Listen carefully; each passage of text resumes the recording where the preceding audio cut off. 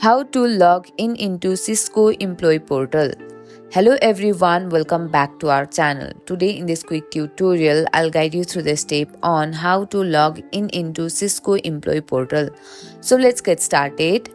First of all, open your web browser. In the address bar, type in Cisco Employee Portal and hit enter. Click on the first link in the search result. On the Cisco Employee Portal homepage, click on the login button at the top right corner. On the login page, enter your Cisco employee email and password. Make sure your information is correct. If you have forgotten your password, click on the forgot password link and follow the instruction to reset it.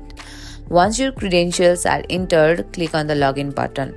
And that's it. You have successfully logged in into Cisco Employee Portal. From your dashboard, you can access company resources, manage your tasks, and collaborate with your team.